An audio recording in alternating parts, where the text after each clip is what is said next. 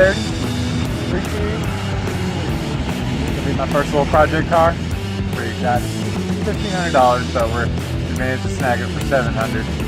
He was hoping to get 8, but negotiated it down to 7. Worked out pretty good. Inside's tore up pretty nice. A couple of rust holes, a couple of flat tires. Need some love.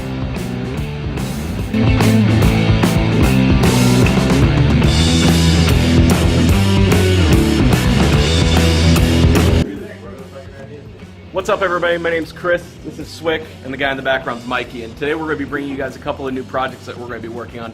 We just picked up this BMW E30, it's a 1986 model out of Topeka, Kansas.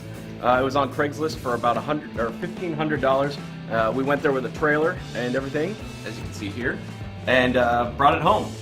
And so it didn't run properly, and with a lot of things with BMWs and these older cars, is people get into these projects and they don't know what to do. So for somebody that's wanting to do one of these projects, we're going to kind of show you guys what it takes to create an affordable but fun, fast car. It is a $700 car.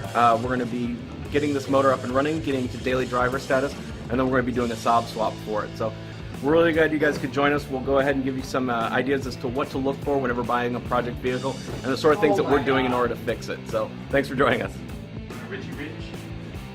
So these are this is what we're working on right now. As you can see, we've got a number of vacuum lines, such as this, that have been plugged off. Whenever you're working on a new vehicle like this, or some project that you're taking over from somebody else, you're always going to want to look for where people have either cut lines or this cable's not plugged in, such as we've got down here. We've got connectors and things that aren't plugged in, so that needs to be addressed.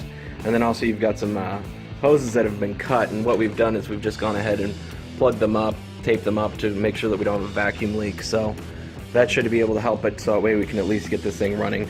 It does run, it surges, it doesn't idle well.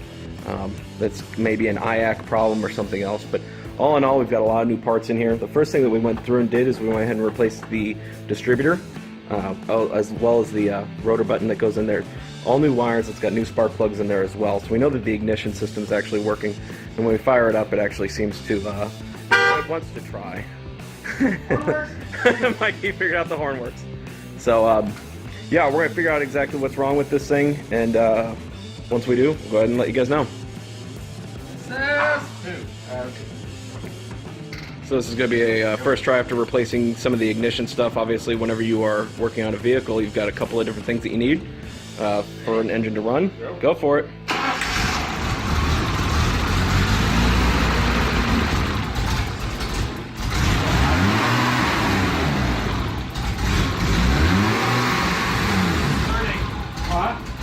It's learning. So, whenever working on a vehicle like this, you need a couple of different things for a vehicle to run. As everybody knows, you need spark, you need fuel, and you need compression. So, when we got this, what we found out is that the car was not getting fuel properly, and the fuel problem was actually due to a vacuum leak.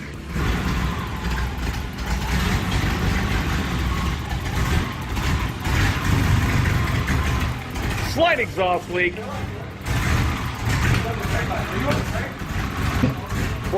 It's popping. That throttle cable's doing nothing. You're popping bad. You're dumping fuel.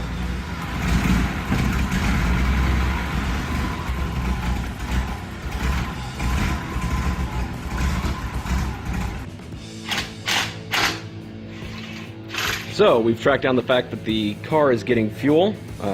We know that it is getting good spark with the new parts that we've put on there. The next thing that we need to test is the compression part of that entire equation. So we've tracked down that this entire thing is getting spark plugs are hot. We're getting a real strong spark from the new parts that we've put on. So the new they're trying to work on a head that is probably 500 degrees. So the BMW project is officially stopping right here with the BMW with the M20B27 engine that came in it, because as we can see over here, we did a compression test and cylinder 2 at 80 psi, so that's not going to work, and the rest of them were all of 150 or to 140. So basically the rings are gone inside this motor. And cylinder 2, I mean, is completely screwed up. So Driving it to work 15 miles an hour. Set the idle to 4,000 RPM. yeah. So we'll go ahead, rip this motor out, get ready for a Saab 2.3 liter turbo engine with a T5 transmission behind it. So all a day's work. Hey, Dan.